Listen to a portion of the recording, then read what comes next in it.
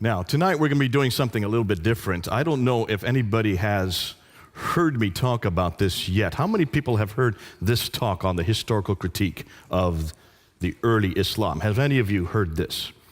Okay, a few of you. This is going to be new for most of you. It was new for me back in 1994, so I have been working with this material for over 100 years. Back in 1994, I was studying here at School of Oriental and African Studies. I thought I knew everything about Islam, and I was studying under the tutelage of Dr. Gerald Hotting. Dr. Gerald Hotting was head of department at that time in 1994 at SOAS. And he started introducing some new material that I'd never heard before, some new historical findings that were coming out that not only upset everything I had heard about Islam, but it upset the Muslims in the class as well. There were about 20 Muslims in the class of around 50. And within 2 weeks, all the Muslims had left except two. Many of them slamming the door as they left. They were so upset with what they were hearing. Now, some of that material I'm going to introduce tonight. You need to hear it. It's important. Because what I'm going to do tonight is what was done really against our Bible, and legitimately so back in the 1800s, when people started asking the same questions about the Bible. Can we look and see whether or not these people called, Abraham, for instance, did he actually exist? Is there somebody, are there customs that we can look at? Are there things that actually place him in the 19th century or 1900 BC outside of the Bible that support what he said, what he did? The same thing with Moses, the same thing with David. Moses in 1400 BC, David in 1000 BC. And back in the 1800s, when these questions came up, the church wasn't ready for it. We had not really asked these questions, and shame on us for not doing so. And I think every religion that claims to be historical, as almost every religion does, every religion has historical characters that live in a place, doing certain events at a certain time.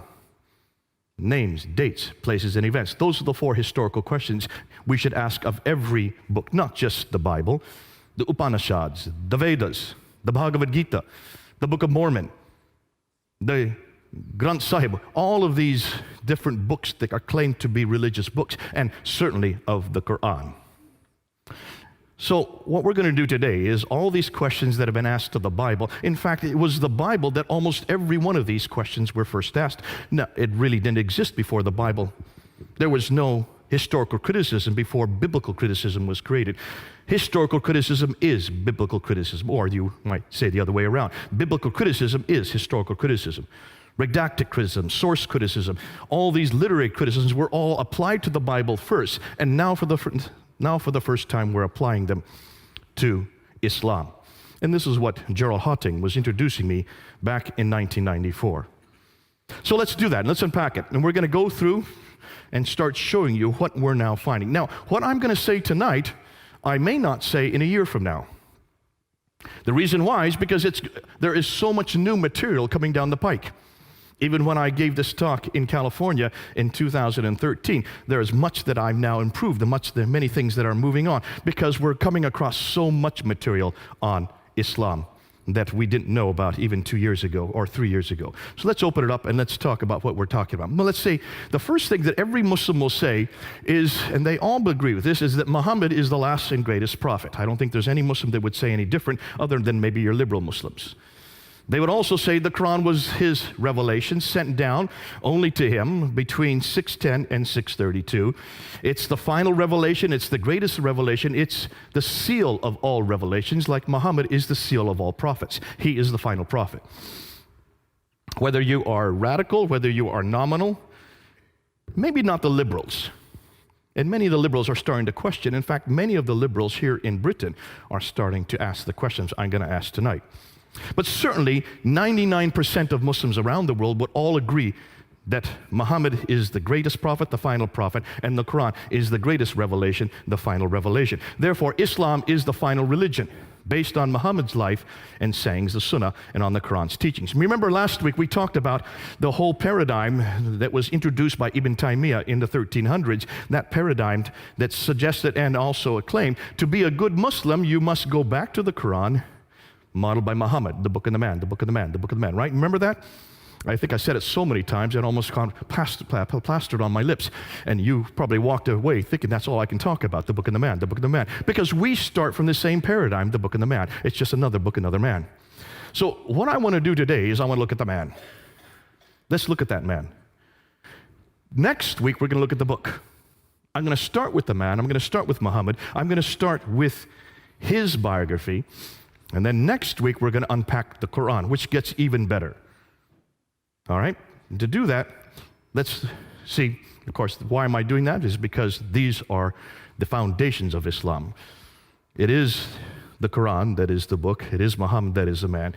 So let's investigate both Muhammad and the Quran. Now, what's the classical account? This is the account that you've all heard. This is what you're taught in every school. This is still what is being taught in every university. It's still being taught in most every corner of the world. This is the classical account that you've only, and this is one you'll agree with. You've never heard any other story. You've all been told that Muhammad was born in 570. Has anybody heard any different?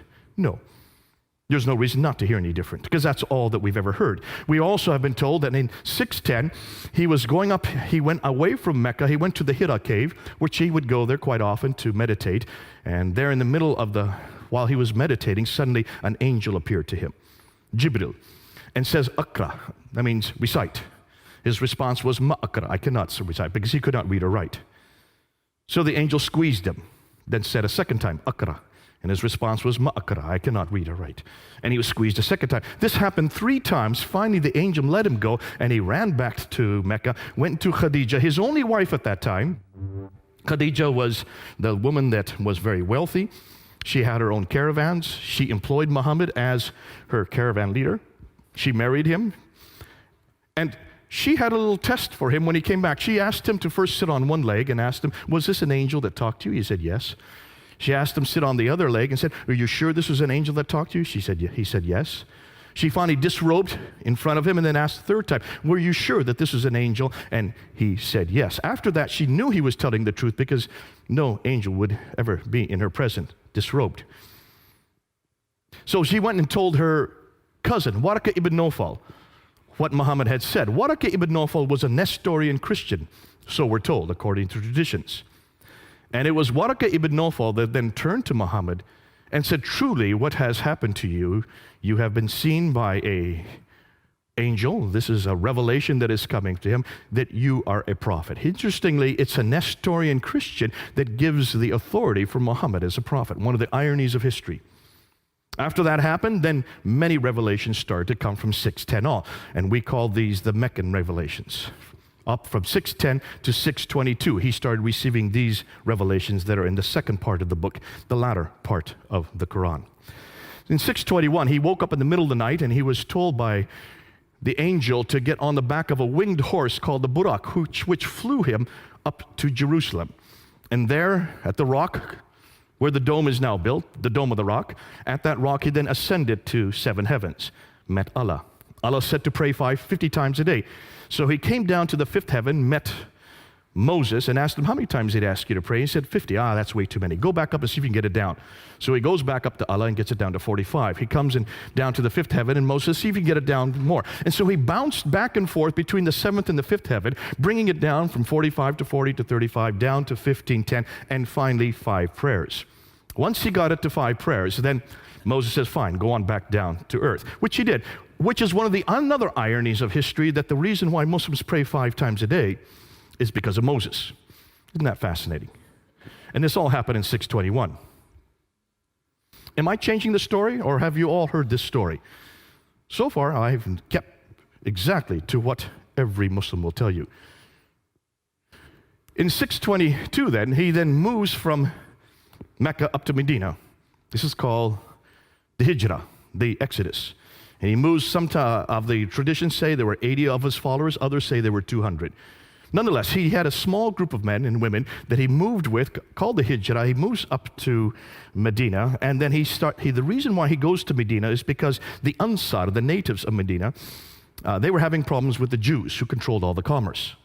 They needed someone who was neutral to arbitrate between them, and so that's why they brought Muhammad up. He was neutral. So he was there as an arbiter between the Ansar, the Arabs, and the Jews. Now, that arbitration happened for about 2 years. That continued for 2 years, from 622 to 624. It didn't work, because after 624, then, that arbitration broke down.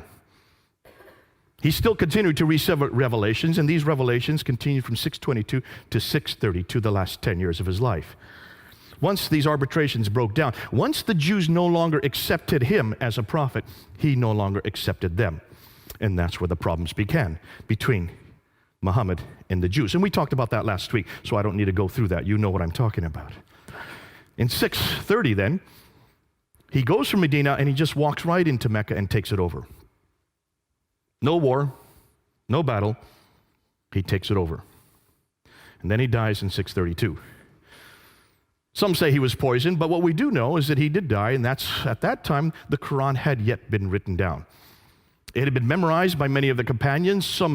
Parts of it had been written on bones, stones, some had been written on bark, but it had not been written down completely when he died. After he died, Abu Bakr takes over. Abu Bakr rules from 632 to 634. He dies normally.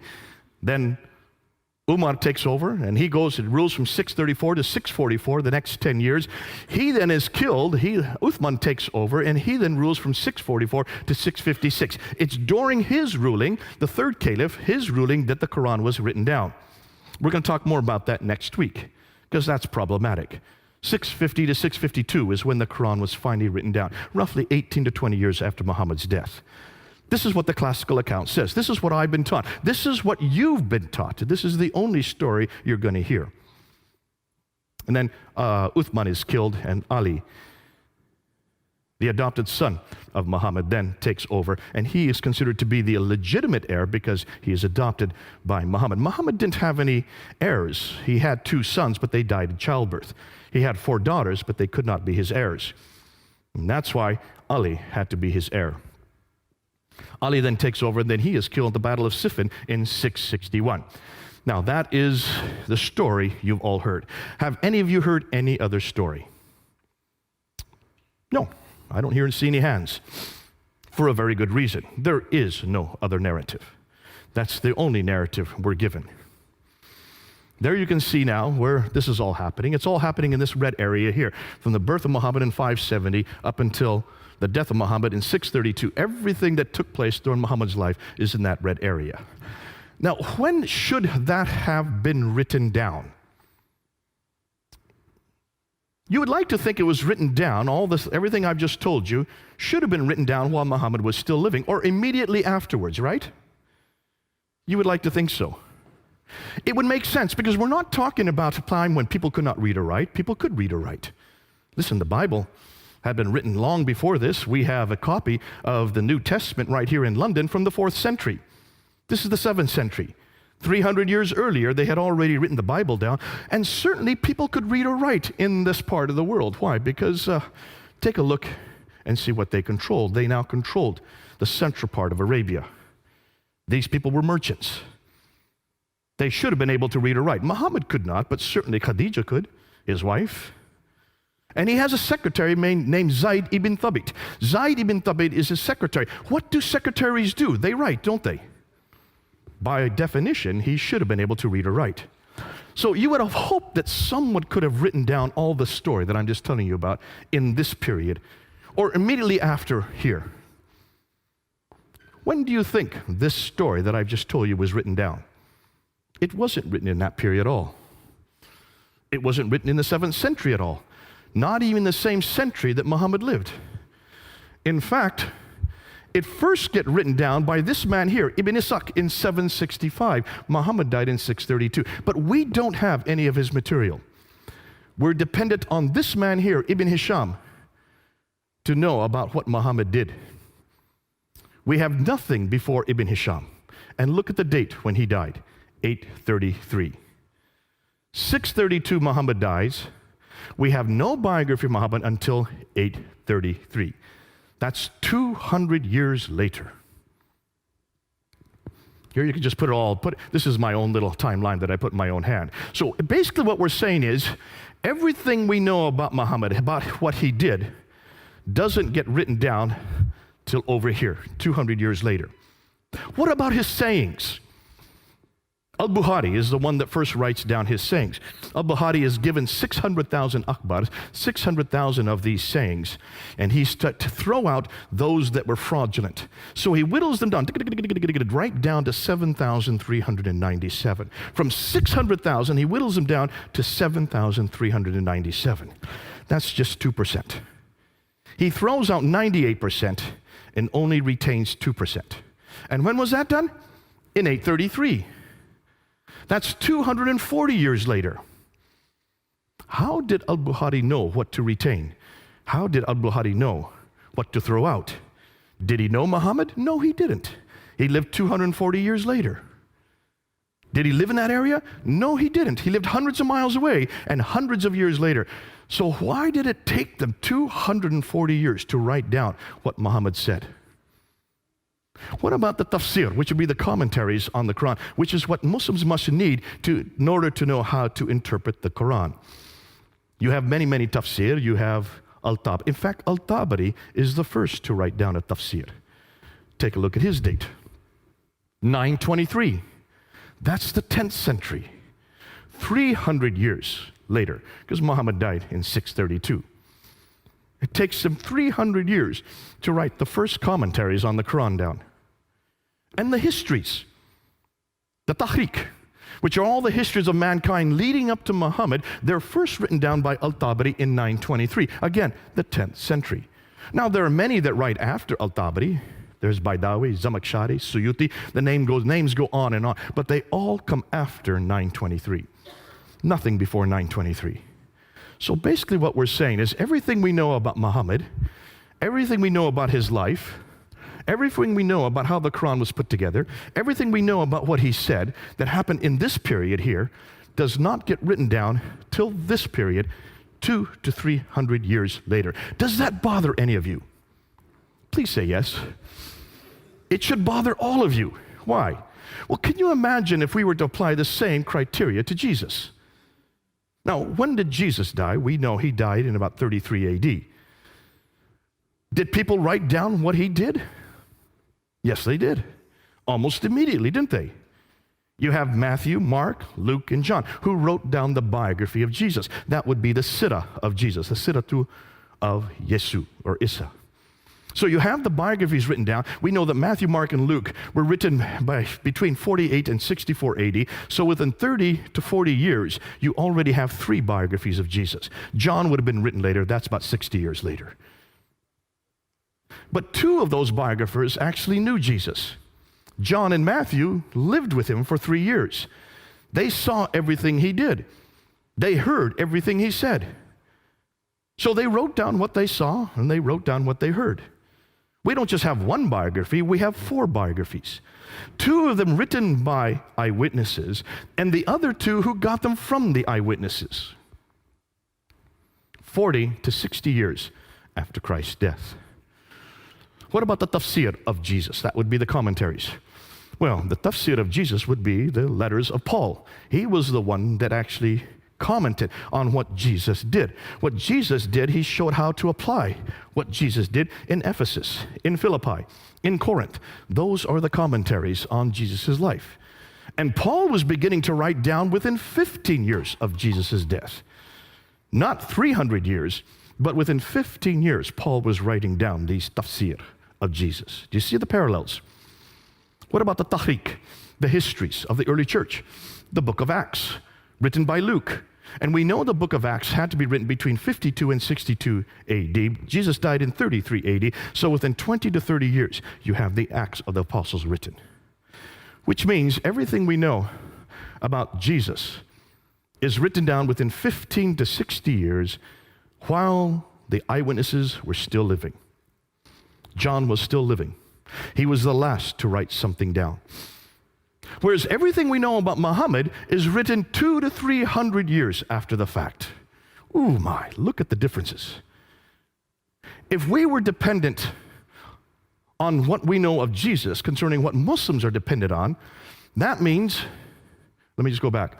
That means we would not know anything about Jesus until the 3rd century. How could we defend him? How could we even know what he did or said if nothing began to appear until the 3rd century? That's why I love my Bible. And that's why I love the person of Jesus Christ. That's why I can trust what I know about him, because they were written down so early. And you might say, hold on a minute, the first century, that's so early. Could people read or write? Listen, these were fishermen. How did they know how to read or write? Well, Matthew wasn't a fisherman. He knew how to read or write. And John used a scribe to write for him. Luke certainly was a doctor. He knew how to read or write. And Mark knew how to read and write. Of course they knew how to read or write.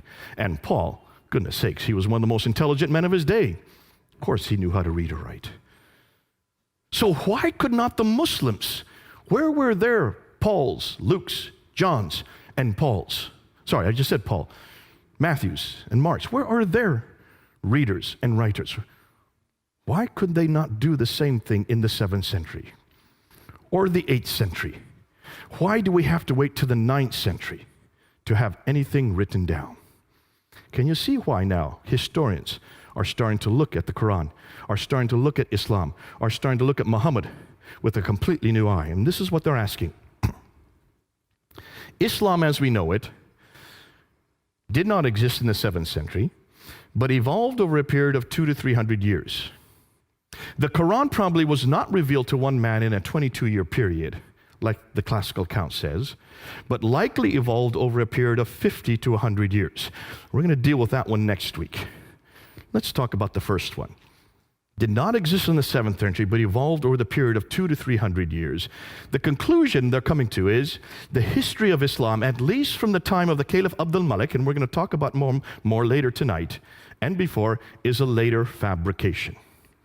Now, that's a huge amount to say, and you're probably, if there's any Muslims in the audience, they would get very angry with me for saying that.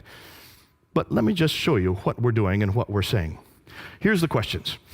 This is their concerns. If so much of the history of early Islam was written down so late, why did it take so long to write it down?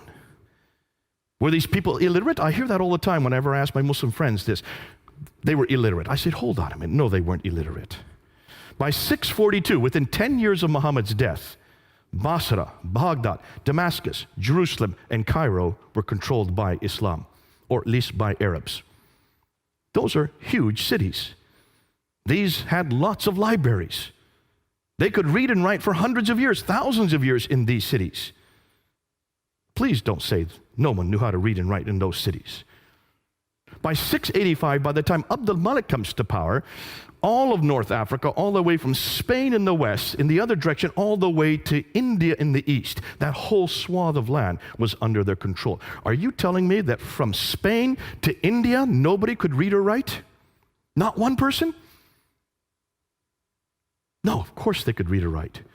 In fact, they tell me, we're going to find out next week, that the Quran was written down by Zayd ibn Thabit in 632 to 634. Within 2 years of Muhammad's death, the Quran was first written down by a man named Zayd ibn Thabit, who was the scribe of Muhammad, the secretary of Muhammad. His whole job was to read and write. So where did the 9th century biographers get their material from? And since we don't have anything before the 9th century, can we trust it, since it's so late? Shouldn't we go back to the period these events took place? Shouldn't we go back to the 7th century and see what we find? And that's, as a historian, is what we need to do. Let's go back and see what we can find in the 7th century. And that's what now a whole slew of historians have begun to do, especially here in Britain. This is coming out of Europe more so than America. And this is why I heard nothing about this when I was in America. I only started hearing this in 1994. And that's why we've been working with this now for the last 20 years. And the people I'm going to go to are these scholars. Dr. John Wansborough, head of department at School of Oriental and African Studies here in the University of London. Wrote 2 books, Quranic Studies and Sectarian Milieu, in 1977 and 1978. And it's those 2 books that broke open this whole question. And he asked some very simple questions. Questions that should have been asked hundreds of years ago. If, when you look at the Quran, take a look at all the stories in the Quran, they just don't make sense for a 7th century environment. They make much more sense once the Muslims or the Arabs had moved out into the diaspora, where they would have come across these stories. Because these stories, actually, we know where the stories come from. Story of Cain and Abel in Surah 5, ayah 31. That comes from the Targum of Jonathan ben Uzziah. The story of Abraham in Surah 21, ayah 51 to 71. A great story but it does not come from the Bible. It actually comes from the Mishnah Rabbah. The story of Solomon and Sheba in Surah 27, ayah 17 to 44. A terrific story with the hoopoe bird and the Queen of Sheba pulling up her skirts and she has hairy legs. That story does not come at all from my Bible. I don't remember her ever pulling up her skirts. Nor do I remember a hoopoe bird that could talk. Or that Solomon, who had created an entire air force that would drop stones on the enemy with the name of the enemy at the bottom of the stones. This is not in my Bible. I would have loved to have had that story in Sunday school for one very good reason. It's from the second Targum of Esther, which was written in the 2nd century. It was nothing more than an apocryphal account written by the Jews in the 2nd century and nothing more than as entertainment for their children. Yet you find it in Surah 27, ayah 17 to 44. They shouldn't have ever put it in the Quran. This does not come from God. It doesn't even come from His scripture. It comes from nothing more than a folk tale for children. So Wansborough was asking these questions in 1977, in 1978. Dr. Gerald Hawting, my professor at School of Oriental Studies, is one that has probably done the best job of looking at the 1st century and unpacking what we now know. Dr. Patricia Krona used to study under Dr. Don Wansborough. She then went and became head of department at Oxford University, wrote a book called Meccan Trade and the Rise of Islam. We're going to use some of her work tonight. She got a death threat from Muslims for writing that book in 1987. Moved to Cambridge University, and that's where I got to know her. I did a debate on this material in 1995. So you can see, this is over 20 years ago that I did this. Did I say 100? 20 years ago. I'm not that old yet. 20 years ago, I did a debate on this material with Dr. Jamal Badawi, probably the head scholar of his day in the Muslim world in 1990s. And I asked 10 questions that I got from Dr. Patricia Corona. Dr. Patricia Corona was head of department at Cambridge University at that time. She was the one that helped me put that debate together. Dr. Patricia Corona reads and writes 15 archaic languages. These are languages that are not spoken anymore today. 15 of them she reads and writes. She is considered to be the top in the world in her field. How many of you can read and write even modern day 15 languages? Can you see the kind of scholarship we're dealing with here? She finally left and went to Princeton University, was head of department at Princeton University before she died just a few months ago. But it is her material that blew this all open, as you're going to see later on in our talk today.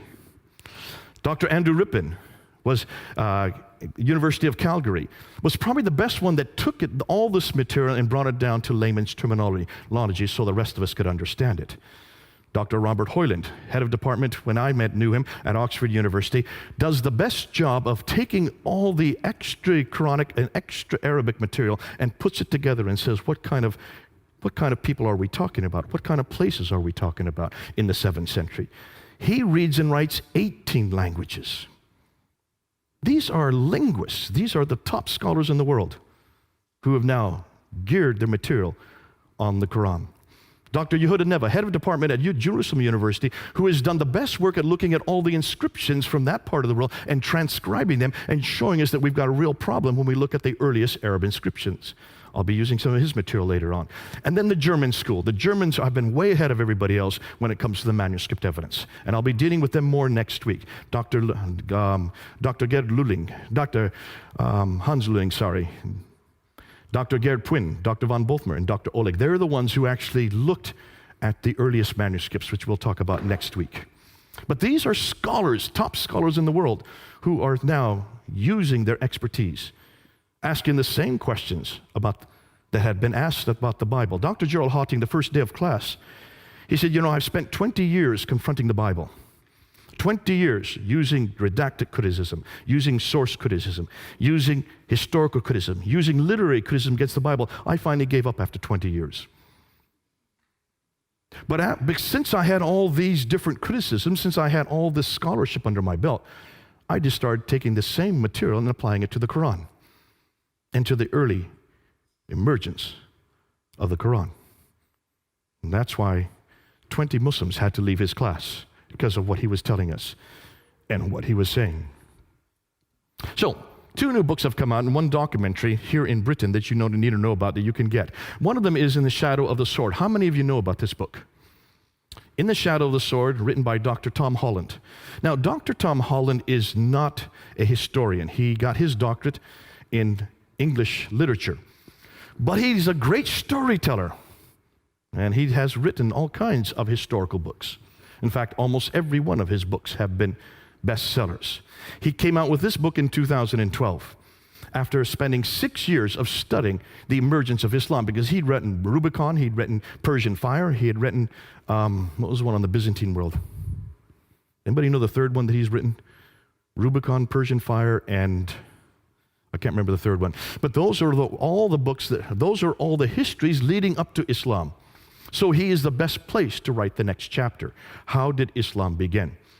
And he went to all these different scholars, Krohn, Hotting, Hoyland, went to Pwin, and many of the German scholars, and he just asked them for their material. Then he took the material and put it into a book that we could read. That book came out in 2012, asking the historical questions that should have been asked by Muslims throughout the centuries. Looked at the sources, the Islamic sources, and pointed to Quranic incongruities. Then he did a documentary called Islam, the Untold Story. Have any of you seen that documentary? Did you see it when it first came out? It didn't come out except once.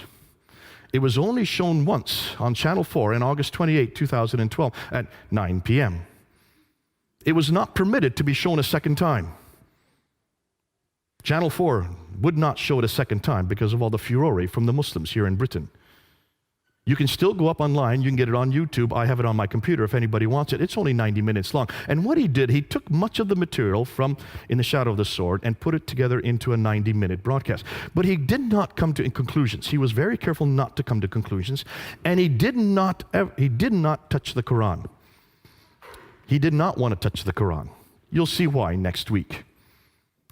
And then probably the best material that's come out is by this man, Dr. Dan Gibson, who wrote Quranic Geography. You can get it online. He's now putting it together into a movie. Quranic Geography came out, I think it was in 2011. And what he did is he started to look and see how Islam actually began. Dan Gibson is an archaeologist. His father is an archaeologist. His grandfather was an archaeologist. He lived amongst the Bedouins there in the Middle East for 20 years, learned their languages, and then tried to go around trying to find out where all the geographical locations in the Quran were there in the Middle East. We're going to talk about him a little later because some of his material is absolutely earth-shattering. This is what they're finding. I'm just going to introduce this to you, and then we're going to come back to it. What they found is this. The first Arab inscription referencing Muhammad is not till 691. Muhammad died in 632. Isn't that interesting? There's no Arab reference to Muhammad earlier than 691. That's 60 years after he died. The first reference to Muslim, the word Muslim, is not till the 690s. So what did these people who were destroying and taking over Basra, Baghdad, Damascus, Jerusalem, and Cairo, what did they call themselves? Well, they called themselves Saracen, which is the Arab name for these people. They call themselves Hagarim because they are in the line of Hagar. They call themselves Ishmaelite because they were aligned through Hagar down to Ishmael, so therefore they would be in that line. They call themselves Maghreb because they come from the Maghreb, and they call themselves Muhajirun. These are the names they call themselves, those 5 names. The Muhajirun means people of the Hijr, people of the Exodus, people who are nomadic. The first reference to the word Islam is not till 691 on the Dome of the Rock, there in Jerusalem.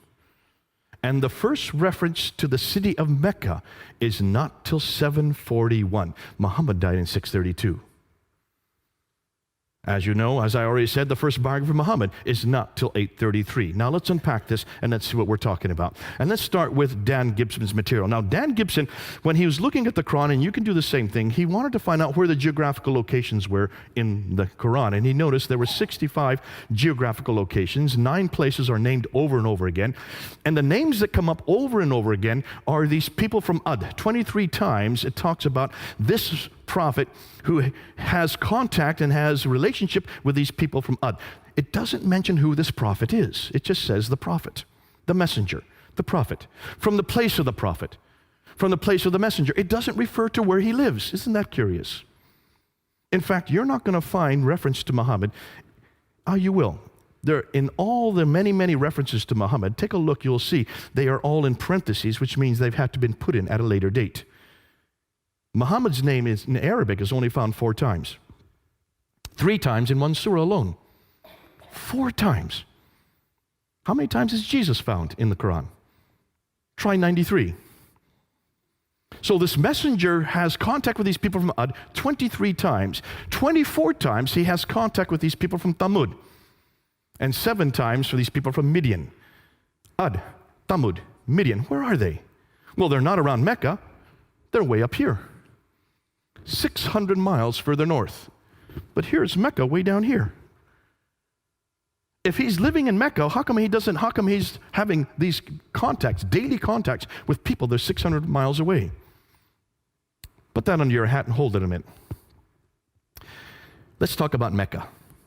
See, what we now know about Mecca, it's only referenced once in the entire Quran, and it talks about the valley of Mecca in Surah 48, Ayah 24. That's it. No other time does it talk about this place. Well, what do we know about Mecca? Well, we know that there's also reference to Bakka. We don't know if that is Mecca. We know that if you look at the traditions and you add them with the Quranic material, we do know right there that it's in a valley. We know that there's a parallel valley where the Mecca is. We know that it has a stream going through it, that it has a pillar of salt outside of it, because when this prophet goes past in the morning, he passes the pillar of salt. That's the wife of Lot. And when he comes in the evening, he passes that same pillar of salt. More than that, we know that there are fields, clay, grass, trees, loam, and olive trees. That's curious. And that there are mountains overlooking the Kaaba. Now take a look at every one of these references. None of these fit Mecca. Mecca is not in a valley. There is no parallel valley. There is no stream going through it. It only has one well, the Zamzam well. It could not have accommodated any caravans. It does not have tree, fields, clay, glass, or any suggestion of any olive trees, because olive trees only exist in the Mediterranean, 600 miles further north. There are no olive trees at all in the Arab Peninsula. So, all of these geographical references make no sense for Mecca. Now, according to Islam, Mecca is probably the oldest city in the world, because according to Surah 7, Ayah 24, when Adam and Eve, when they were up in the Garden of Eden, which is up in space, when they were thrown out of that garden, they were thrown down to earth. According to the traditions, it was Mecca that they were thrown down to. So it would be the earliest sanctuary for all of mankind. We also know in Surah 21 that Abraham is in Mecca. He is there, and he goes into the Kaaba and he destroys the idols. That's in Surah 21. So in 1900 BC, Mecca should have existed if Abraham's there, right? We also know from all the traditions that Mecca was the center of trade, north, south, east, and west. That's why it became rich. That's why Muhammad was there. He was a trader. So it's the mother of all settlements, according to Surah 692, Surah 42, Ayah 5. Adam and Eve came from there. Abraham came from there. Muhammad was born there. And it's also where the Qibla, the direction of prayer, every mosque should be facing Mecca. Correct? From 624 on, it should be the case, because we do know, according to Surah 2, Ayah 145 to 149, that Muhammad, when he moved to Medina in 622, he redirected the Qibla back up to Jerusalem so that it could accommodate the Jews. After 624, the Jews would not accept him as a prophet, so suddenly he gets a new revelation in Surah 2 to redirect the Qibla back down to Mecca. So from 624 on, every mosque should be facing Mecca, right? You getting that? Because there were no mosques before 624. He hadn't yet left Medina and Mecca. Yet we can only find one reference to Mecca in the Quran. That's in Surah 48, Ayah 24. Now, take a look at this Byzantine map of the trade route from the 7th century. What's missing? Can you find Mecca? This is a copy of a Byzantine map from the 7th century. Mecca isn't there. This is where Mecca should be, right here. It's not on the map. Here's a map of trade routes from the 7th century. These are Arab trade routes. These are not Byzantine trade routes. These are Arab trade routes. Where's Mecca? It's right where that question mark should be. When we look at the earliest maps, we can't find Mecca on any of the maps. This is the map that Patricia Corona looked at, and this is the one that got her curious. She was shown this map. This is a map that's not from the 7th century. It's a map that was made today in the 20th century, redacted back to the 7th century to show you what the place looked like. And when she looked at this map, she noticed that all the trade would have come from here in India and China further away. They couldn't go that way because of the Hindu Kush and the Himalayas. So all the trade used to come across the Arabian Sea over here into the Persian Gulf and used to go that direction up to the Mediterranean world. Are you following me there?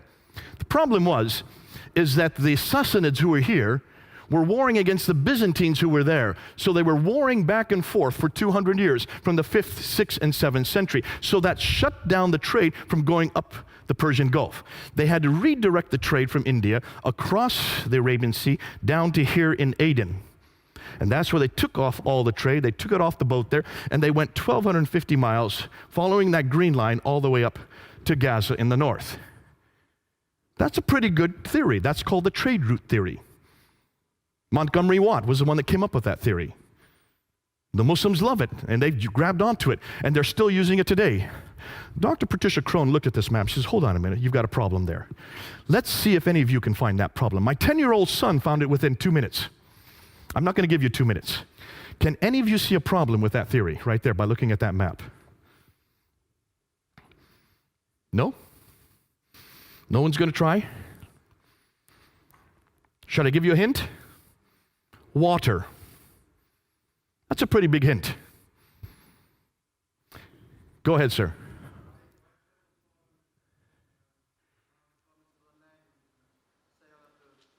Give him a hand. He's got it. You're as good as my 10-year-old son. That's true. If you're on boat here and you're coming across the Arabian Sea, why would you take off all the goods here? Dr. Patricia Crone found that if you go only 50 miles by land, it would cost the same amount if you went 1,250 miles by sea. You've got a sea right up here. Why didn't they continue on sea? That didn't make any sense. So she decided to go back and check this out. Now remember, she reads and writes 15 languages. So she went back to the original sources of all the trade documents. She went to the 1st, 2nd, 3rd, 4th, 5th, 6th.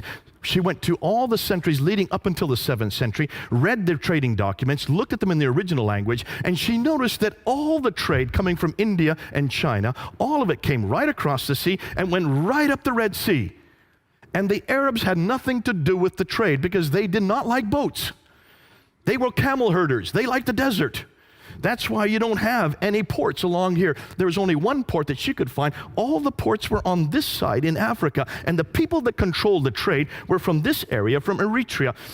It was Agulus. The name Agulus comes up over and over in all the documents. The trading documents that she found over here had Eritrean names or Ethiopian names, African names. They were the traders, which makes a lot of sense once you look at the map.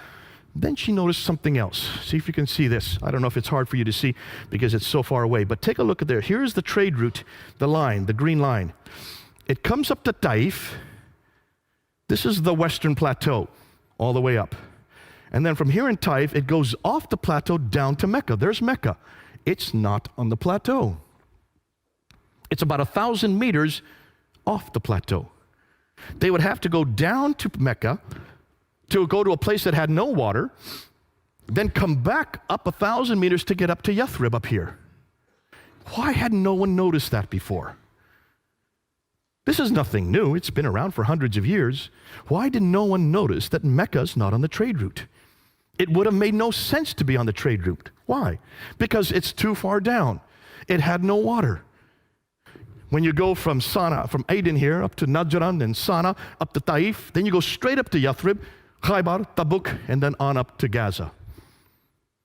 Why had no one noticed this before? So she decided to look and see what was it that made Mecca, if it had anything that made it rich.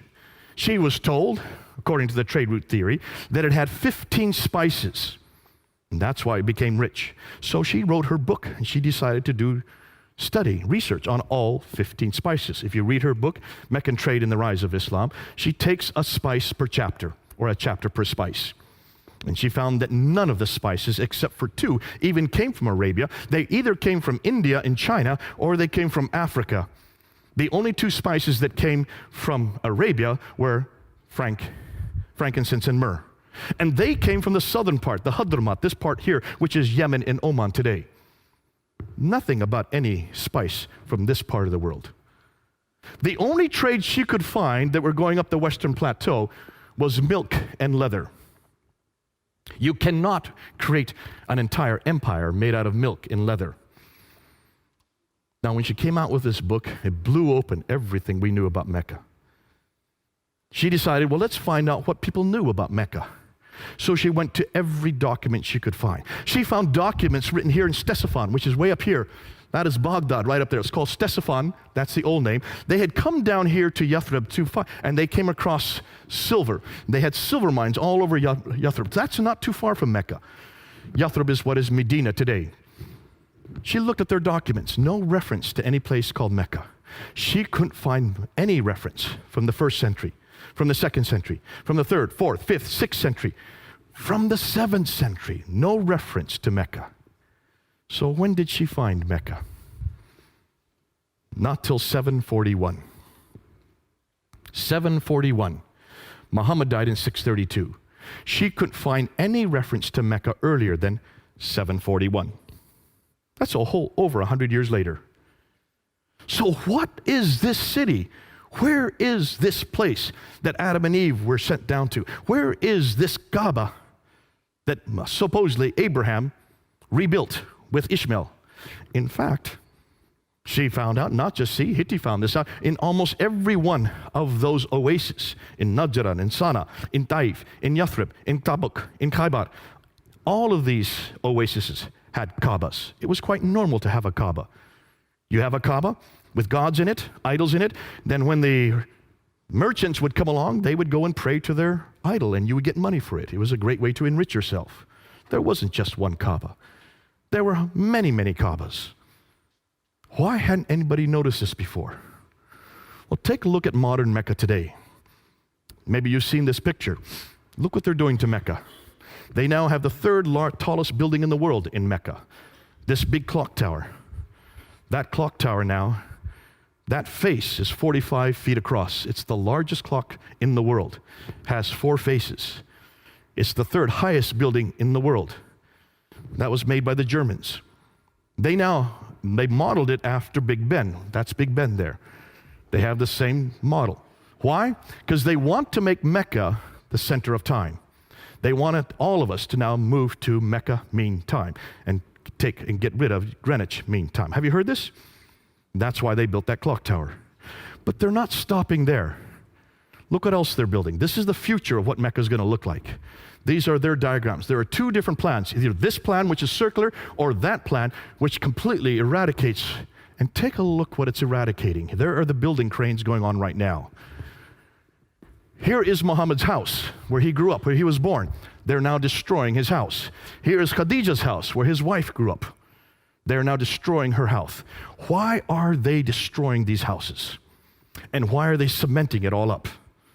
Any idea? Because they've heard what we're finding. They now know that there is no historicity for Mecca. So what better way to destroy the evidence than to cement it up? Folks, can you see what's happening as we speak? Muslims all over the world are upset, but the Saudi Arabian government is continuing. They're going to build 62 of these buildings all around the Kaaba so that all the rich Muslims can have air conditioning when they come to do the Hajj. That's their reasoning for it. I would suggest the real reason is to destroy history, so there is no historical record, so you cannot confront them with this material. You can see why. Mecca did not exist before 741. It's too late. So if Mecca didn't exist before 741, what are you going to do with the Qibla, the direction of prayer? Every Muslim must pray towards Mecca. Am I correct? And it doesn't matter where you are in the world, you always pray towards Mecca, towards that building right there, the Qibla. This is the Kaaba, And it's that building. Whenever you go around the world, you will see there are all kinds of mechanisms to find out where Mecca is.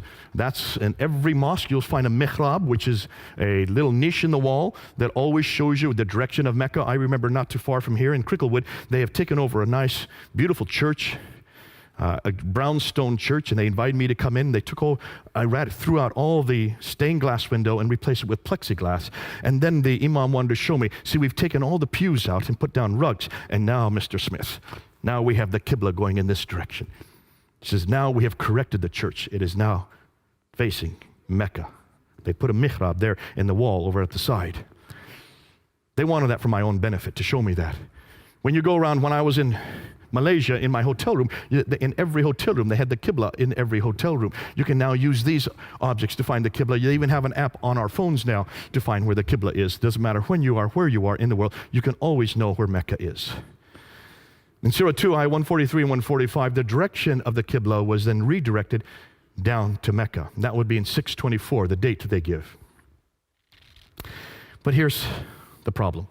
Archaeologists are having a difficulty. As early as 1905, two archaeologists, one called Dr. Creswell and Dr. Fedavadi, in 1905, were traveling in that part of the world. You can't go there anymore, but back then you could. And they were looking for the earliest mosques, and they wanted to go to find these mosques that were in the 7th century. So they went to mosques, one mosque in Wasit and another mosque in Kufa, which is in what is today Iraq. And they started digging down to the different layers till they got to the original floor plan of these two mosques. And when they found the original floor plan of both Wasit and Kufa, they noticed the Qibla was not facing Mecca. It was facing directly west. When they went to Egypt, outside Egypt is Fustat, the garrison town. When they went to the mosque in Fustat, just outside of Cairo, when they dug down to its original floor plan, they noticed that the Qibla was facing east. It should have been facing south. It should have been facing down here. But Kufa and Wasit were facing that direction. Fustat was facing this direction. So they said in 1905, it must be facing Jerusalem. That was their conclusion. And when I first found out about this back in 1994, even my professor, Dr. Hotting, when he brought this up, I raised my hand and says, well, what's your conclusion? He says, I don't want to come to any conclusion. I've already lost enough Muslims here for my class. I said, you've got to come to conclusions. If the earliest mosques that we've been able to find are facing west and east and not south, then it looks like we have a different Qibla. He would not, in class, say any more. But you can see immediately, if you look at the map, there's a problem here, isn't there? Now, Jarkey of Edessa in 705 also said that the Qiblas. So from all this it is clear that it is not to the south that the Jews in the Maghreb is the name for the Arabs at that time, in the regions of Syria prayed, but towards Jerusalem. He thought it was Jerusalem as well. He was actually wrong. Dr. Dan Gibson decided to pick up this argument. He had read about it. He'd heard about the debate I had had on it. He also knew about that this was a problem. He saw also that there was a problem. So he decided to do something that no one else had done. He decided to look at all the earliest mosques, but you can't go to the earliest mosques today and see where the Qibla is because they are all facing Mecca. Every mosque is facing Mecca, anywhere in the world. So he decided to use satellite technology to look down from space, to look and see where the original floor plans for all these mosques were. And guess what he found? I wanted to mention the three books that Tom Holland had written. It's Rubicon, it's Persian Fire, and Millennium. That's the one I had forgotten. Millennium. So those three are all bestsellers, and those are the ones that gave him the platform to then go on and do In the Shadow of the Sword, because they all talk about the Roman world, the Byzantine world, and the Persian world, all of which ceased to exist in the 7th century. What took over? Islam took over, so he was the best qualified. Let's go back now to Dan Gibson, and let's talk about what he found. Remember, he goes and he wants to find out where all of these mosques were facing, using satellite technology, looking down on each of the mosques. This is what he found. When he looked at the great mosque in Guangzhou in China in 630, it's facing Petra, not Mecca. When he looked at the great Humayma Mosque, southwestern Jordan, the Qibla is facing Petra. It should be facing Mecca. The older mosque that was rebuilt then, he noticed there, the floor plan, finally was. The newer mosque, sorry. The great mosque at Baalbek in Lebanon, it's facing Petra. It should be facing Mecca. When he went to the great mosque of Sana'a in Yemen, the capital city of Yemen, right at the very bottom of the peninsula, built in 705. Now look at the date. All the Qiblas were supposed to be canonized in 624. So every mosque after 624 should be facing Mecca. But here's one built in 705, and it's facing Petra, not Mecca. This is an interesting one. This is in Jerusalem. Now you have the Dome of the Rock right here. That's the beautiful Dome of the Rock. Here you have the Al-Aqsa Mosque here. The Dome of the Rock is built in 691. The Al-Aqsa Mosque is built in 709. Look at the entire citadel, including both the Dome of the Rock and the Al-Aqsa, are all facing Petra. 691, 709. The entire citadel is facing Petra, the third most holy shrine in Islam. The Damascus Mosque, built in 709, it's facing Petra. It should be facing Mecca. The Anjar Mosque in Lebanon, look at the date, 714. It's facing Petra. It should be facing Mecca. The Mosque of Umar in Basra, now we're in Syria, 720. We're almost 100 years later. If the Qibla had its canonization in 624. This is 720. Almost 100 years later, it's still facing Petra, not Mecca. It's not till 727 that they finally found a mosque in Pakistan, Banbor in Pakistan, facing Mecca instead of Petra. This is over 100 years later. But then in 728, here you find a Qibla in the Qasr al-Khayr al-Sharqi in Syria. It's not facing Petra or Mecca. Looks like they're a little confused on this one. Now here's what's interesting. Take a look at this mosque from Amman in Jordan. This is the older mosque, built in 700. It's facing Petra. They then rebuilt another mosque behind it and above it in 740. It now is facing Mecca the right way. So what happened between 700 and 740? That's the question we need to ask. The Mushata Mosque in Amman, now we're in 743. It's back to Petra again. This is 120 years later. The Rabat, now when we get to North Africa, they don't seem to know where to face. Because in Tunisia, here's a fortress in Susa, Tunisia. In 770, it's not facing Petra or Mecca, it's facing directly south. They're a little confused in North Africa. The same way in Spain. Take a look at Spain. There's Petra, there's Mecca, it's facing quickly south. Obviously, there's something that we need to find out about North Africa and Spain as to why they're completely miscued. The great mosque in Karaoun in Tunisia in 870. Now we're into the 9th century. See, these are much later mosques. In the 9th century, there seems to be some type of confusion here because they're not facing Petra or Mecca. It's facing straight south again, much like you found in other North Africa. But take a look at these were up until 725, excuse me. Up until 725, every Qibla was facing Petra. And what's interesting is they were all uniformly facing Petra. I've heard Muslims try to say, well, they didn't know their direction at that time. Listen, these were camel herders. They went through the deserts. There were no roads in the deserts. And even the paths they used to take would be covered over by a sandstorm. So how did they know where to go? They used the stars. They were brilliant at knowing direction. Otherwise, they would have died. You can't tell me they did not know where Petra was or where Mecca was. The fact that they're all facing Petra until 725 shows me. So from 622 to 725, every mosque he looked at was uniformly 100% facing Petra. Between 725 and 822, there seems to be a confusion. There seems to be something going on. We don't know what it is yet. But there was still backwards and forwards, especially in North Africa. They didn't know where to go. So 12% of the mosques were facing Petra. 50% started now to face Mecca. 38 were parallel or in other directions. And it isn't till 822 that every mosque begins to face Mecca. That's 200 years later.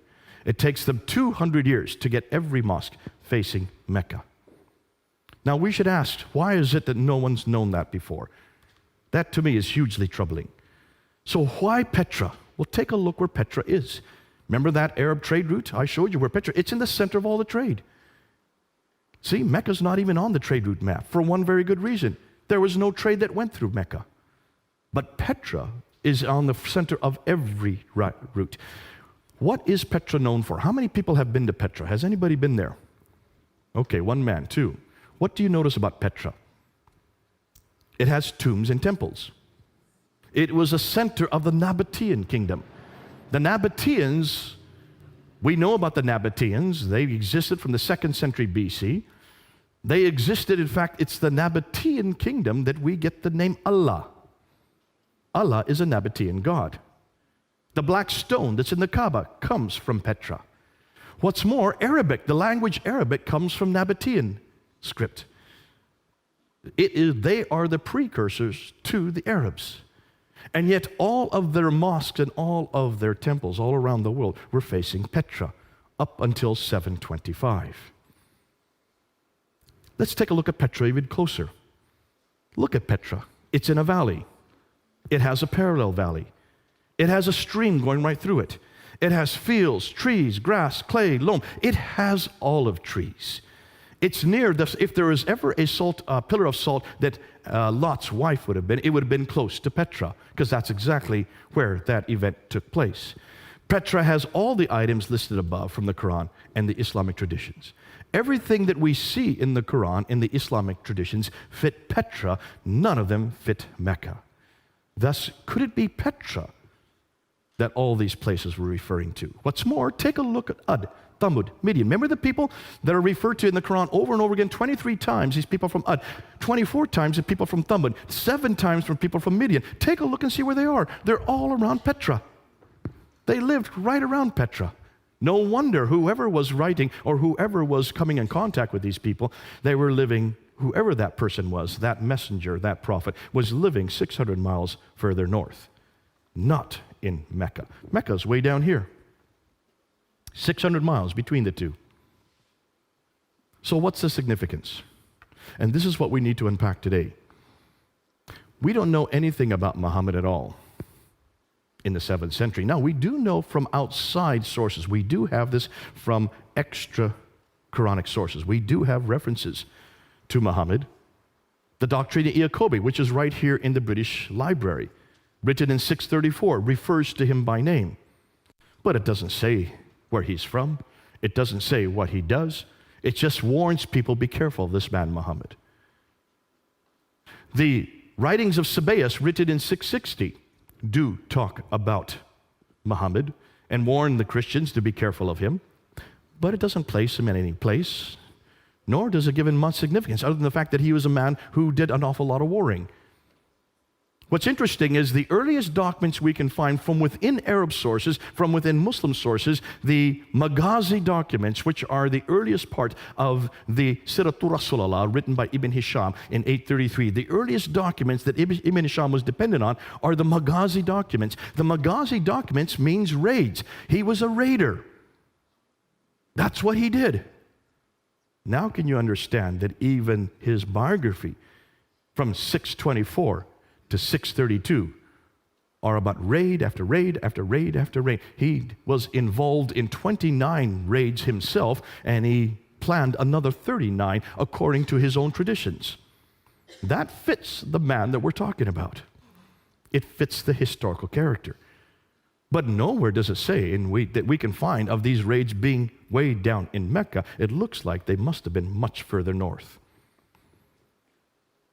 His biography doesn't even appear till the 9th century. His city doesn't appear till the 8th century, 741. Thus, much of what we know of Muhammad is written down hundreds of years later and hundreds of miles away. It looks like he is nothing more than a later redaction, possibly Abdul Malik, putting back onto a historical character that which the man who put back didn't never know. So Humphrey's conclusions, Islam in the Prophet's life as we know it, was not derived from the 7th century, but evolved over a period of 200 to 300 years and redacted back onto the Prophet's life and compiled in the 9th century. And that's what now the historians are concluding. And you can see why they're coming to that conclusion. Let's summarize this real quickly. New books are being published which question the classical account of Islam. Why are there no Muslim sources for 200 years? That's the first question. Why do the claims they make do not fit the historical record? That's the second claim. Why are all the geographical references so few and confusing? And why do they all seem to be much further north, not where they should be? Why are there so many references to vegetation which would not exist in Mecca? Why is Mecca not even mentioned until 741? And why can we not find any map with Mecca on it until 900 AD? Muhammad died in 632. Takes them almost 300 years to put Mecca on a map. Why is Mecca not on the trade route? So these are all the questions we're asking now. So why do the Qiblas face Petra for the first 100 years, then are confused for the next 100 years, and are not standardized to Mecca until 822, nearly 200 years too late? Therefore, much of what we know about early Islam is in doubt. So, here's the million-dollar question. What really happened? Now, I have to be careful because this is what I think. I may change tomorrow. I may have a complete different scenario in 1 year, because we're now getting lots of material that's coming in. But this is where I think, this is what I believe. This is just me. This is what I think happened looking at everything that we've got so far. And this is a what-if scenario, okay?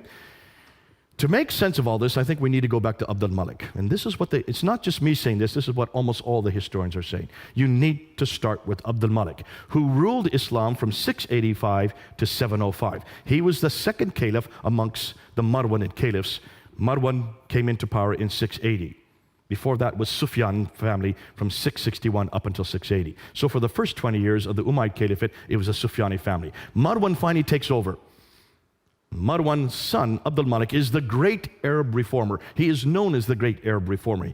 You can see the Arabs control that part of the world. Therefore, by the time he comes to power, they had controlled that part from 642. So for 40 years, they had now controlled that part of the world, the central part, the area where Jerusalem is, where Damascus is, where also Petra is, also where Mecca and Medina would be. For 40 years, however, they did not control it. They were nothing more than nomads. These nomads that went and took over the Sassanid Empire and then took over the Byzantine Empire. Remember that map I showed you? Remember, those two empires were much more sophisticated. They were empires that had huge cities. The nomadic Arabs did not have big cities. They were nomads. They just had little oases. Therefore, they didn't know how to run cities. That's the first question we should have been asking. Take a look at Islam. Look at how sophisticated it is. Look at all its rules and regulations, all these sharia, these 4 laws of fiqh.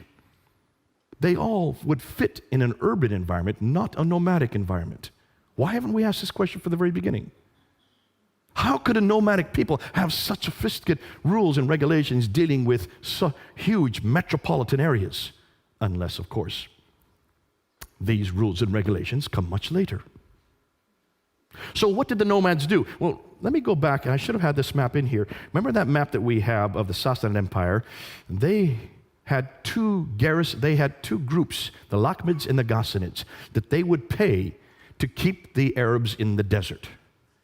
The Ghassanids were paid by the Byzantines, and the Lakhmids were paid by the Sassanians, the Persians. And as long as they got paid, these groups kept the nomads in the desert. But after 200 years of warring with each other, the Sassanids against the Byzantines, they ran out of money.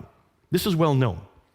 Once they ran out of money, they no longer played the Ghassanids, and they no longer played the Lakhmids. And so therefore, the nomadic Arabs could just move right into these empires. And they did. This is well known. This happens all the time. The Mongols did it much later. The Visigoths did it in Europe. Barbarians who come into much more sophisticated environments. What happens when barbarians take over sophisticated environments? They don't know how to run cities. The Arabs didn't know how to run any of these cities. So what did they do? They stayed outside the cities. They built garrison towns. But someone had to run these cities. Who would they have chosen? Well, they chose people like them. People who also came from Abraham, but not through Ishmael, through Isaac. Cousins, Jews and Christians, who did know how to live in cities. And they were also very literate, and they were also very academic. And that's why they used the Jews and Christians to run the cities for them, because they were cousins of Abraham. People of the book, Alkitab. What's more, these people, because they were so close to them, then took on a status called Maoli or Moali. This is well known, that they took on like an indentured status. They could not actually be Muslims unless they converted, but there was no such idea of Muslim at this time. There was no name of people called Muslim. There was no religion called Islam. We don't have those references until 690. So for 40 years, these Arabs were dependent on the Jews and Christians to run everything for them. Now, what happens after 40 years? You can see the problem. By the time Abdul Malik comes to power, he realizes that there is no Arab identity. He needed an Arab identity. You want to create your own identity. It's very clear that the Arabs did not have a prophet. It's very clear that the Arabs did not have a book like the Jews and Christians had. They had a whole line of prophets. They had whole slews of books, 66 books. Nothing in the line of Ishmael. But you're the ones that now control the world. You control all these Jews and Christians. So we know, and this is well known, that Abdul Malik is known as the great Arab reformer. He's the one that introduces Arabic as the international language. He is the one that introduces this Arab identity. This is well known. We can see that because when you look at Abdul Malik, take a look at the coins, and they're right here in the British Museum. Look at the coins. So the coins that the Byzantines had were the emperor with two retainers on either side, and then they would have an orb with the Byzantine cross. On the back side is the Byzantine cross. When the Arabs took over, they had to keep the same coinage so they could still continue having commerce with all the people in that type of the world. But what they did is they took off the Byzantine emperor and they put the caliph here. So this is the caliph with two retainers. No longer is there an orb with a cross. You notice.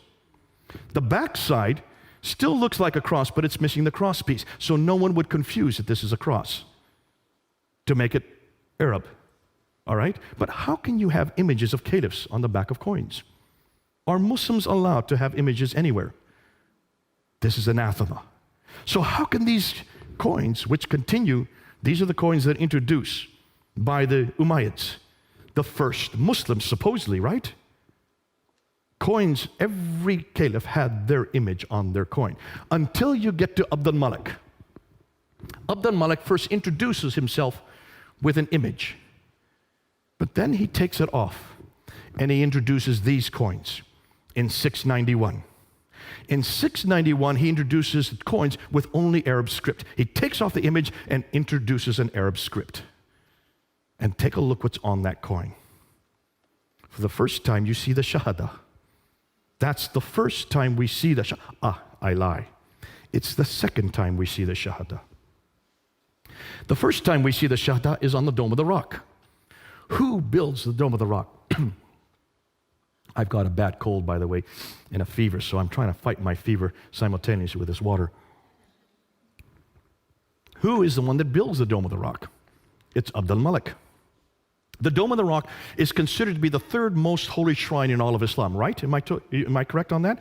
Ask any Muslim why the Dome of the Rock is built, and they will tell you, well, that's where Muhammad went to the seven heavens. Remember I said that earlier tonight, right? That's the story that happens in 621. It's called the Miraj, and it's to commemorate that event, which means that building should have some reference to that occasion, right?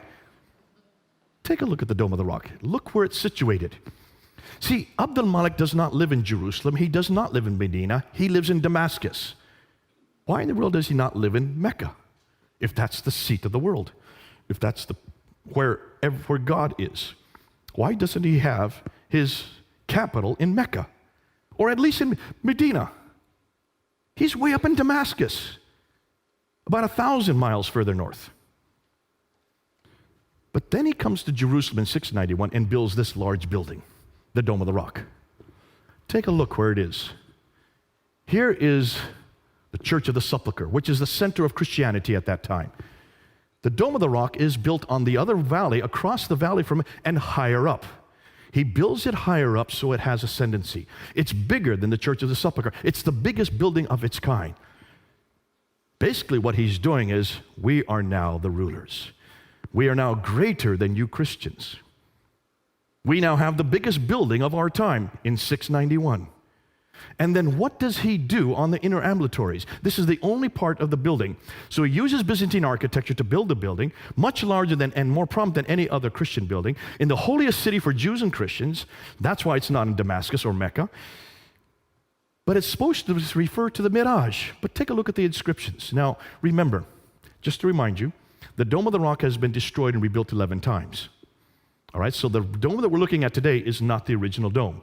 The only original part of the dome that still exists today are these two inner ambulatories in the middle, in the center. These two colonnades right here, that and that. Those are the only part of the dome that is from the original building, all right? So you need to look at the inscriptions on those inner ambulatories. And when you look at those inscriptions, take a look at them and you will see there's nothing at all about the Miraj. There's nothing at all about Muhammad going up to the 7 heavens, coming back down 2 heavens, meeting Moses and going back and forth between Allah and Moses, or 50 prayers. Yet that's why Muslims tell us the building was built. So what's on those inscriptions? Well, take a look. Surah 1:12.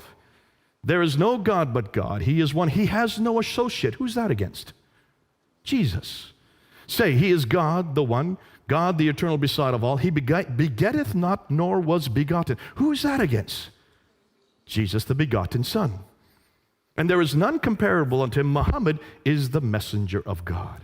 Here you see Muhammad's name introduced. This is the first time Muhammad's name is introduced on any Arab inscription or architecture. This is the beginning of the introduction of Muhammad, and it's on the Dome of the Rock. In contradistinction to who? To Jesus. Surah 4, ayah 171. O people of the Scripture, do not exaggerate in your religion, nor utter aught concerning Allah save the truth. The Messiah, Jesus, son of Mary, was only a messenger of Allah. See, it even confronts the fact that Jesus is nothing more than a messenger. His word which he conveyed unto Mary, and his spirit from. So believe in Allah and his messenger. Say not 3. There is the Trinity. It's attacking the Trinity. Cease. It is better for you. Allah is only one God. Far is it removed from his transcendent majesty that he should have a son. So it's attacking Jesus' divinity, it's attacking the Trinity, and it's attacking his sonship, all in one verse. Surah 4, ayah 171. This is an attack against Jesus. From the very beginning that we now know, the earliest inscriptions are confronting our Lord Jesus Christ. Praise be to God, who hath not taken unto himself a son, and who hath no partner. There it again, attacking against the son of Jesus and his supposed partnership with God. Nor hath he any protecting friend through dependence. He's not dependent on anybody, and certainly not Jesus. Now, why is it no one's noticed this before? If you want to find out why Abdul Malik built that building and why he made it higher than the Church of the Sepulchre and across the valley on the highest point of Jerusalem, just look at the inscriptions. He's now introducing his own prophet, greater than Jesus. His name is Muhammad. He is the messenger of God. So if you're going to create an identity, you've got to have your own prophet. Because so far, they've been dependent on all the Jews and Christian prophets. That's why 19 of the prophets that are listed in the Quran all come through Isaac. Where is the prophet that comes through Ishmael? Only Ishmael's name is there. They need a prophet to create that identity. They build a building. They introduce his name. And then they put it on the coins. The coins are coined the next year. Significance? He is the one that introduces this identity, beginning with the Dome of the Rock in 691. It's larger than any other non-Arab structure. It's facing the Arab sanctuary, Petra. It incorporates inscriptions against Byzantine Christianity. It introduces their faith. This is the first time we see the name Islam on the Dome of the Rock. It introduces their people. This is the first time we see reference to Muslims. And it introduces their prophet. This is the first time we see a reference to Muhammad. Isn't that interesting? But this is 60 years after Muhammad died. 60 years later, these 3 are introduced on the Dome of the Rock. More than that, the Caliphal protocols. Remember I told you about Yehuda Nevo. Yehuda Nevo has probably done the best work. He's from the University of Jerusalem, head of department there, and he went all around trying to find inscriptions, the earliest inscriptions from the 7th century. And he came across the Caliphal protocols. So these are the protocols, these are the official documents written by the caliphs from the Sufyani period all the way up into the Marwanid period. And he noticed that every one of these official documents always began with the Bismillah. But it's not the Bismillah we know today. Bismillah, Al-Rahman, Al-Rahim is not there. It's a completely different Bismillah.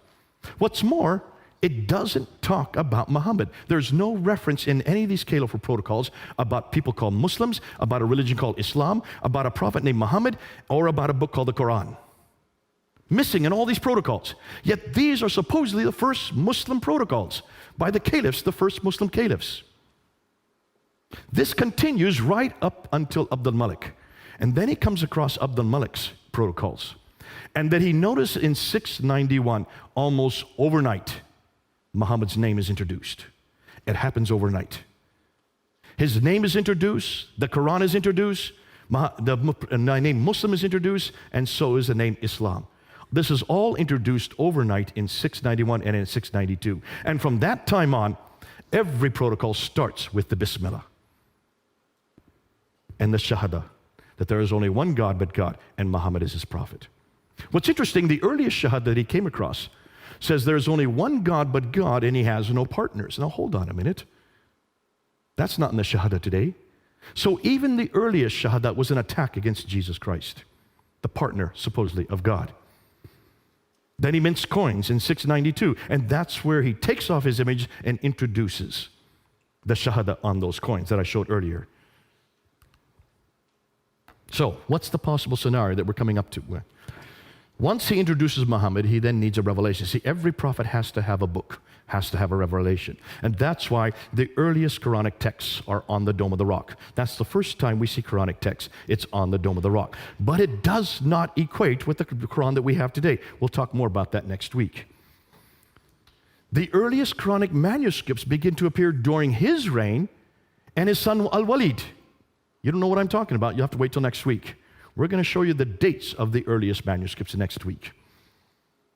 None of them are complete, nor do they parallel today's Quran completely. They continue to be changed and corrected up until the 9th century. Now, this is all new to you. You have to come back next week and we'll show you what we're talking about. The sanctuary Petra is then destroyed in an earthquake in 713. What happens whenever a sanctuary is destroyed? Well, as the people know, whenever their sanctuary is destroyed, that means God no longer has favor with that sanctuary. You've got to change your sanctuary, because this is God's way of saying, this no longer is my sanctuary. Because earthquakes always come from God back then. So where are you going to change it to? Well, you're going to go back to where the Marwanids came from. The Marwanid family comes from the Hijaz, from Central Arabia. So they then bring it down and they introduce it in Mecca. That's why Mecca was chosen. But see, Mecca doesn't make sense. Let me tell you why. Take a look at Mecca today. What do they do in Mecca? Well, they go around that Kaaba 7 times. Well, who does that? Where does the number 7 come from? It comes from the Bible, right?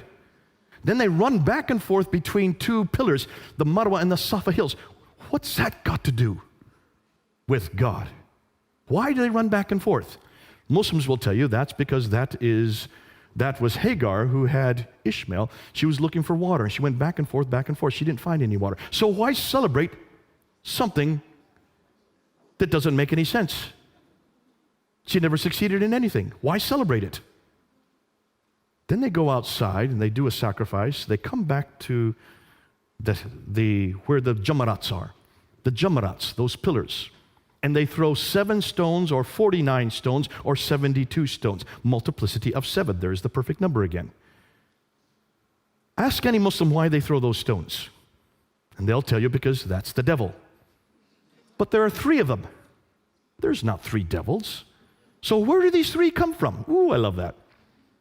I think we know where they come from. Alat, Al-Manat, and Al-Uzza in Surah 53, ayah 19 and 20. These are the goddesses. These are the goddesses of Alat and Allah. See, Allah is a Nabatean name. Alat is the feminine form of Allah. The Nabateans believed in Allah as their God. The wife of Allah is Alat. So Allah has a wife and a daughter named Al-Manat. Ooh, I love this. But every Muslim tells me that Allah is one. Surah 4, ayah 171 that I just read to you is God is one, say not 3, and God has no son.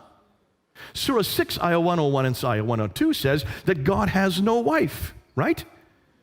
Well, he may not have a son, but he certainly has a wife. Her name's Alat. And he has a daughter. Her name's Al-Manat. You've got the wrong God. It looks like these may be, possibly, I can't prove it yet, These may be the Jamarats, may be the three goddesses, the Nabatean goddesses that they're throwing there. Because this is the reason, to get rid of idolatry, you then throw the stones. What's interesting is they don't have any theological significance. So where did they come from? It looks like Mecca was a pagan, probably a Nabatean pagan shrine that they took over, kept the practices that were still there, and tried to infuse some theological meaning. But it doesn't make sense when you look and see who God is and what He has done historically. So they chose Mecca. Now that the Muslims have a prophet, Muhammad, and they have a revelation, the Quran, they've got to put together the Quran. Ooh, wait till next week. Wait till you show you what we have found. Now they got a revelation and a prophet, they need a sanctuary, so they choose Mecca.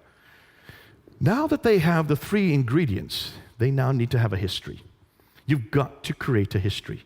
You've got to put Muhammad in his own place. You've got to put him in his own milieu. Now can you see why it took them for another 100 years to finally get that together? And that's why Ibn Hisham was given 600,000 of these, but I believe that's probably true. He was given 600,000. Of all these supposed different histories, he threw out 98% of it and only retained 2% of it, and that's what we have Al-Bukhari take. He is the first one to write down the sayings of this prophet. Take a look at Al-Bukhari. There is contradiction after contradiction, and they do not make sense. And they contradict the Quran. We won't even get into that tonight. So now you've got the Sirah with Ibn Hisham, then you need the Sirah is Ibn Hisham, then you need the sayings, the Hadith, and that's with Al-Bukhari. That comes in 870. By the time they get the Sirah in 833 and the Hadith in 870, they also need to have rules and regulations. Take a look when all four schools start to appear. The Hanafi school, the Maliki school, the Shafi school, the Hanbali school. They all begin to appear in 820 and later. Nothing before 820. That's the 9th century. 200 years later and hundreds of miles away. Why? Because now the laws have to be created. And that's why they borrowed right, left, and center from Roman law and also from Sassanid law, Persian law. And then once you get that, then you've got to make sense of the Quran. By that time, the Quran is formed, but it is full of contradictions. Just take a look at the Quran, borrowing from many different sources. If you borrow, you've got to make sense of it. That's why the tafsir had to be created. And the tafsir do not start to begin to appear until the 10th century, 300 years later. By the 9th century, they now have the book, the man, the place, and the story. All four. But that's 200 to 300 years too late. And a new religion is formed and growing. Yet this did not happen a mere 22 years, but evolved, it looks like, between 200 to 300 years. Now can you see why the historians are coming to their conclusions? Let's sum what we've just now found. New books are being published which question the classical account of Islam's beginning, asking questions such as, why are there no Muslim sources for 200 years? In a time and place that they should have had sources. There's no way to say, there's no reason for them not to have these sources. Remember, they owned these major cities, Basra, Baghdad, Damascus, Jerusalem, and Cairo. And except for Jerusalem, they still control those cities. And everything they wrote on was on parchment because they were rulers. They were not poor and oppressed like the Christians. The Christians did not have access to parchment in the first century. They were poor. They could only use papyrus. Papyrus disintegrates within 100 years.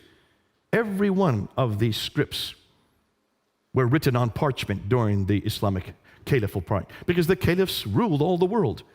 They had plenty of money to make these documents. Why are the geographical references so few and confusing? Why do they all seem to be much further north?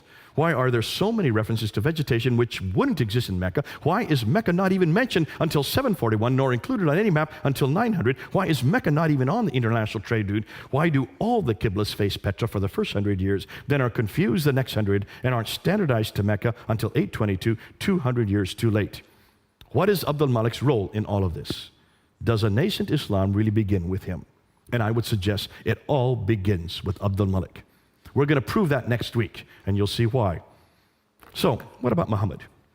Since much of what we know about early Islam is now in doubt, since much of the Quran is also in doubt, we'll see that next week, since nothing is known of Muhammad until the late 7th century, or Mecca until the 8th century, or his history until the 9th century, hundreds of years later and hundreds of miles away, can we conclude that Islam is nothing more than a later redaction possibly begun by Abdul Malik, then continued on by his descendants Al-Walid and others, proving Muhammad had nothing to do with the Quran. So who is he, and what is his purpose? They've got the wrong man at the wrong place, doing the wrong thing at the wrong time. What about Jesus? We know where Jesus was born. That's pretty clear, in Bethlehem. We know where Jesus grew up, in Nazareth. We know where he died, in Jerusalem. We know what he did especially for the last 3 years. We know from eyewitness accounts, Matthew and John. We know from hostile accounts. Look at Thallus, Tacitus, and Josephus. They are the ones that tell us about the crucifixion. They are the ones that give us his name. Thallus and Phlegon were debating about the crucifixion in 52 AD. These were Greek historians. These were not Christians. And they mentioned that when Jesus died, 20 years earlier, because 52 AD is just 20 years after the crucifixion, within 20 years they were debating the fact that when he died, the sun went dark and the earth shook. That's a Greek historians. Tacitus, who had nothing good to say about Christianity, he hated Christians. Yet he's the one that says that this Jesus died during the time of Pontius Pilate under the rule of Tiberius in 33 AD. That's why we know that he died in 33 AD, because of Tiberius, the historian writing at the end of the first century. So there's a Roman historian giving us reference to Jesus. What about a Jewish historian like Josephus, the greatest historian of his age, writing in Rome? He says in the early 2nd century, he talks about Jesus. He even mentions the brother of Jesus, mentions about the death of Jesus, and mentions about the death of his brother James. And then curiously, he also happens to mention that the Christians believe that Jesus rose again. The only reference we have to the resurrection from outside a biblical source comes from Josephus, a Jewish historian. So there you have a Greek historian, you have a Roman historian, you have a Jewish historian, all talking about Jesus and his death.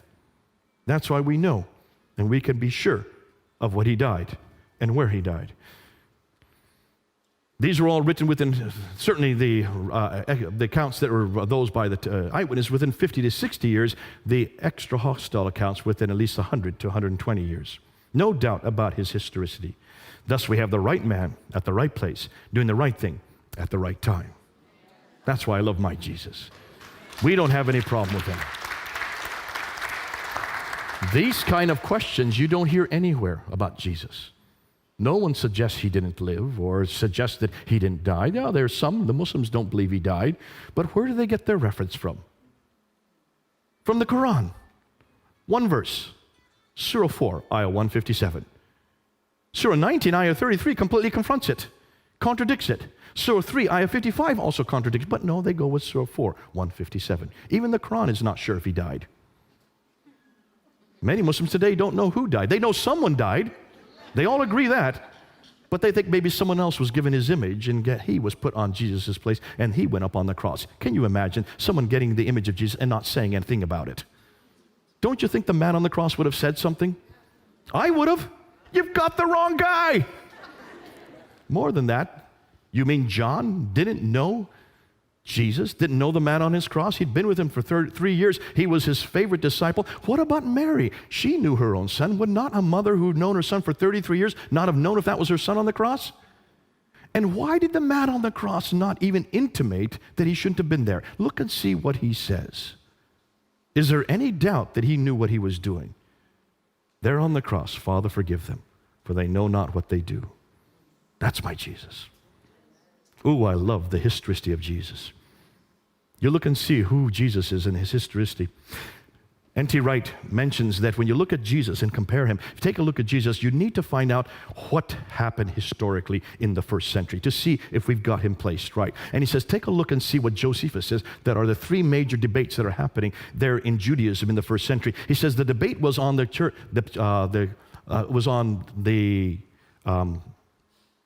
kingdom of God. That the kingdom of God was going to be the Davidic kingdom, that they were going to bring back that kingdom of God. That was the debate as to what the kingdom would look like.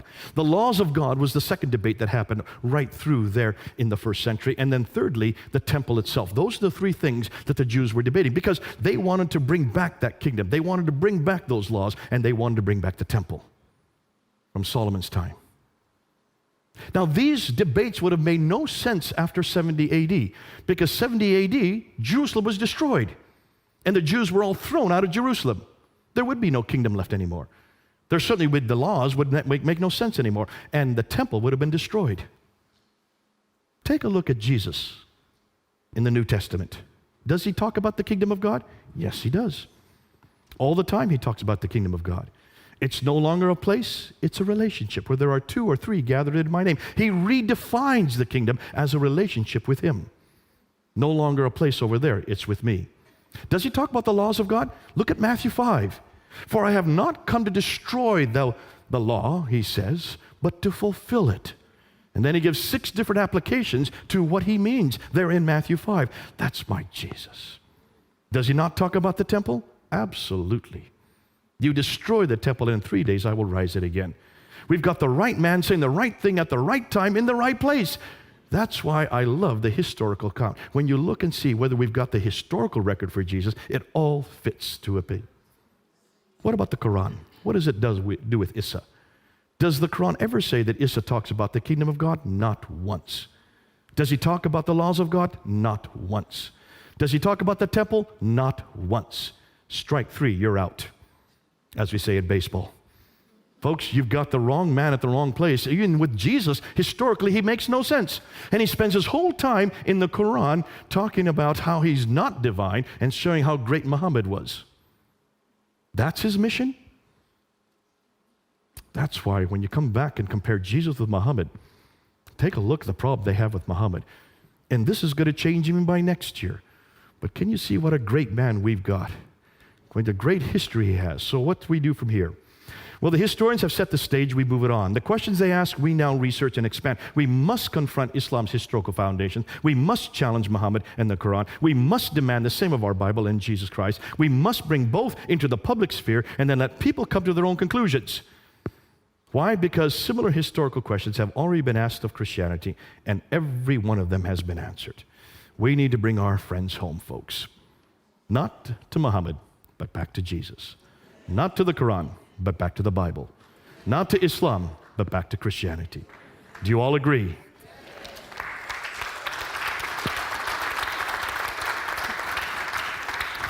Let's pray. Let's pray. Our Heavenly Father, we want to thank you for this evening, because what we have done here, Lord, is to take that which is neutral, that which we don't own. We're looking at artifacts. We're looking at buildings. We're looking at timelines. We're looking at all the historical evidence that anybody can look at, and we're coming to conclusions. And the conclusions we're coming to, Lord, do not fit Islam well. But the conclusions we know of your God, of your Son who came down to earth 2,000 years ago and who lived for 33 years, that history we can stand. Not only stand on, but we can also use in every one of our, not only our debates, but every one of our discussions. May we bring people home to you, the real historical God who became man, who lived for 33 years, and yes, who died and rose again. Lord, may we be proud of what you have done. May we not keep quiet. In everything we do, may we represent you. In Christ's name we pray. Amen.